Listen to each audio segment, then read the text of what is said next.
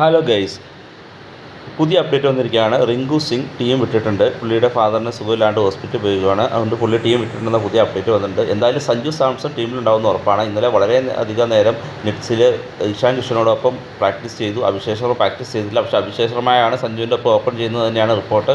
1 down പൊസിഷനിലേക്കാണ് Ishan Kishan വരുന്നത്. Opening ജോഡികളായി Sanju സാംസണും അതുപോലെ അഭിഷേക് ശർമ്മയുമായിരിക്കും ഇറങ്ങുന്നത്. തിലക് വർമ്മ റിങ്കു സിംഗിൻ്റെ പൊസിഷനിലേക്ക്, അതായത് സ്കൈക്ക് ശേഷം ബാറ്റിങ്ങിലേക്ക് ഇറങ്ങും. റിങ്കു സിംഗിനെ എമർജൻസി ആയിട്ട് പോയിട്ട് അടുത്ത കളി പുള്ളി ഉണ്ടാവില്ല. പുള്ളിക്ക് പകരമാണ് സഞ്ജു സാംസൺ ടീമിൽ വരും. പിന്നെ അക്സർ പട്ടേലിൻ്റെ ടീമിലേക്ക് വരുന്നുണ്ട്. അത് വാഷിങ്ടൺ സുന്ദറിനെ മാറ്റിയിട്ടാണ് ടീമിലേക്ക് വരുന്നത്.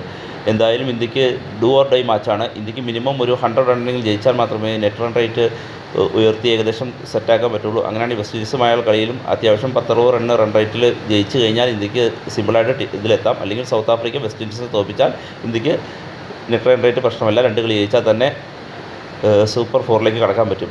എന്തായാലും അഭിഷേക് ശർമ്മ തന്നെയായിരിക്കും ഓപ്പണിങ്ങിൽ സഞ്ജു സാംസണോടൊപ്പം വരുന്നത്. സഞ്ജു സാംസൺ ഇന്നലെ വളരെയധികം കോൺഫിഡൻറ്റോടു കൂടിയാണ് ഇന്നലെ ബാറ്റ് ചെയ്തത്. അതുകൊണ്ട് എന്തായാലും സഞ്ജു സാംസൺ അഭിഷേക് ശർമ്മ കോംബോ നമുക്ക് വിജയം തരട്ടെ. അപ്പോൾ നമുക്ക് നെക്സ്റ്റ് വീഡിയോയിൽ കാണാം. അതുവരെ ബൈ.